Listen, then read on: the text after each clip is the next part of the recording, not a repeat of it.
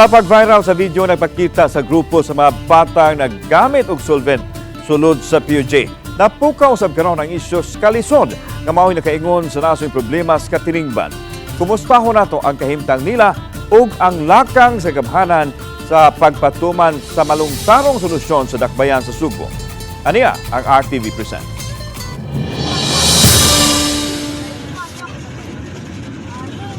Unang mikatap ang video sa social media sa mga bata nga nagsakay sa PUJ diin ang uban naghingos og solvent. Duha kanila ang na-rescue na sa kapulisan sa pagkikalayon sa mga departamento sa Cebu City LGU. Nasayran nga sagad sa mga bata ana ang magpuyo sa siras sa syudad apan nasayran usab nga naay taga-silingang dakbayan sa Lapu-Lapu.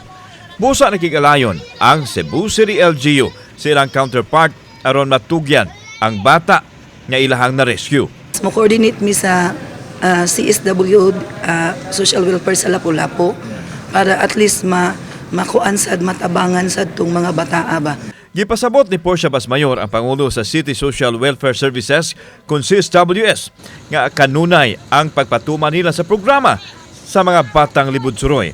Gani adunay mo kapin sa 20 ka mga bata nga anaa sa sentro nga giatiman apan dakong hagit kanila ang mga ginikanan mismo nga nagpasagad sa ilang mga anak.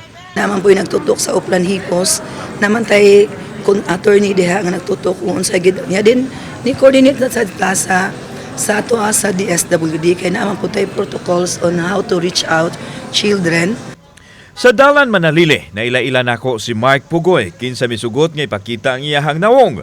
Kauban niya iyang 4 anyos nga anak kinsa natulog pa sa asiras samtang siya nang ginabuhi isip parking attendant. Wa na ang iyahang asawa nga makaatiman unta sa ilang anak ug wa usab sila'y balay nga kapasilungan busa ang asiras ang ilang nagsilbing kapuy-an. Kung doon na mo ikaw-galingong balay, dili gyud mo magpondo dire? Oo. Di dyan may mapundo din.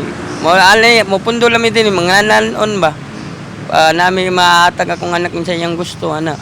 Gibutyag ni Mark nga ilong tuwapo siya ug nagdako siya sa daplin sa karsada ug nakat-on sa paghingos og solvent. 8 anyos pa lang ang iyahang edad. Karon, nga usa na siya kaamahan, gihunong na niya ang paggamit og solvent aron dili siya sundugon sa iyang anak. Basin nga tungod sa dili mi kompleto pamilya, experience na mo ba nga goal kay mi, makuan mi, nag-rebuild mi sa among kagalingon. Mao to nga naka-experience ko nga sayop jud magbisyo. Ang sitwasyon ni Mark dili lahi sa sitwasyon sa sama niya nagpuyo sa siras. Kalisod ang ilahang gitumbok nga hinungdan. Nganong mupuyo man sila sa asiras kung aduna sila mga Pinoyanan. Si Faustino Isnerlan, 87 anyos, sa asiras usab magpundo. Din siya magpakilimos kay wa siya'y pamilya ug maglisod usab siya sa pagpauli ngadto sa probinsya. Arthritis, diabetes, dayon ang akong kanangalan nga tetanus. Adunay programang Uplan Hipos ang Cebu City sa Drama Street Dwellers nga dugay nang gilusad apan hangtod karon dako gihapong hagit sa LGU. Sa pangutana, unsa ang malungtaron nga solusyon sa problema? Kini ang tubag ni Cebu City Mayor Mike Rama. Make the city rich. When the city is rich, then reduce poverty. And when you reduce poverty, many will now be spending for comfort.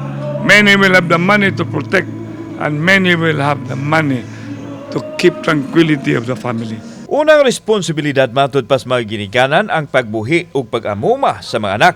Busa gipadayag sa City Legal nga mamahimong manubag ang mga ginikanan sa pagpasagad sa ilang mga anak. Under the family code, they're supposed to take care of their children. No, they have to afford support to the children. So, in case of negligence, they will be liable for negligence.